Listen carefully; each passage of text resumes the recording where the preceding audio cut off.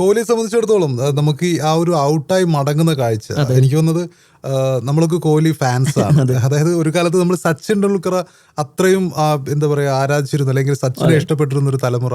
പിന്നെ സ്വാഭാവികമായിട്ടും വിരാട് കോഹ്ലിയേക്ക് എത്തിയപ്പോൾ വിരാട് കോഹ്ലിയെ ആരാധിക്കാൻ തുടങ്ങിയൊരു സമയം. വിരാട് കോഹ്ലി ലോകത്തിലെ ഏറ്റവും മികച്ച ബാറ്റ്സ്മാനാണ്.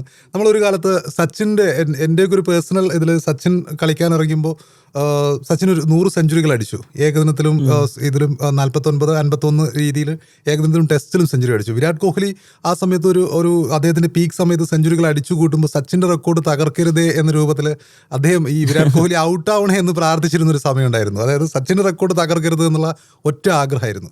പക്ഷെ പിന്നീട് വിരാട് കോഹ്ലി ഈ ദിവസം ഈ ഔട്ടായി പോകുമ്പോൾ ഒരു അവസ്ഥ എന്ന് പറയുമ്പോൾ നമ്മൾ ഈ ദേവാസുരം സിനിമയിൽ ഈ മോഹൻലാലിനെ മംഗലശ്ശേരി നീലകണ്ഠന ശേഖരൻ അടിച്ചു ഒരു രൂപത്തിൽ പരുവത്തിലേക്ക് ആക്കി നിൽക്കുന്ന സമയത്ത് ഒടുവിൽ ഉണ്ണികൃഷ്ണൻ കാണാൻ വരുന്നുണ്ട് പെരിങ്ങോടിൽ. അപ്പോൾ ഒടുവിൽ ഉണ്ണികൃഷ്ണൻ ആ വീട്ടിലേക്ക് കയറുന്നില്ല. മംഗലശ്ശേരി നീലകണ്ഠൻ വിളിച്ച് ചോദിക്കുകയാണ്, എന്താണോ പെരിങ്ങോടരെ അകത്തേക്ക് കയറുന്നില്ലേ?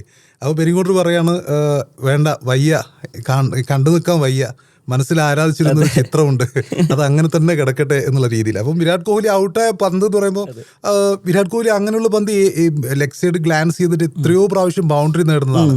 അത്ര അപകടകാരിയായ ഒരു പന്തൊന്നും ആയിരുന്നില്ല. പക്ഷെ അദ്ദേഹത്തിൻ്റെ ഒരു ഹാൻഡ് ആൻഡ് ഐ കോർഡിനേഷൻ, ആ ഔട്ട് നമുക്ക് എന്താ കോഹ്ലിക്ക് പറ്റിയതെന്ന് ആലോചിക്കുമ്പോഴാണ് ഏറ്റവും പ്രധാനപ്പെട്ട ആ വിക്കറ്റ് ഇറക്കുറ ഉറപ്പായിരുന്നു.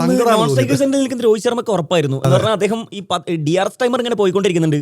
അപ്പോൾ വിരാട് രോഹിത്തിന്റെ അടുത്തേക്ക് വരുന്നു, അവർ കുറേ സെക്കൻഡുകൾ ചർച്ച ചെയ്യുന്നുണ്ട്. പിന്നെ DRS കൊടുക്കാതെ അദ്ദേഹം തലതാഴ്ച മടങ്ങുന്നതാണ് നമ്മൾ കണ്ടത്.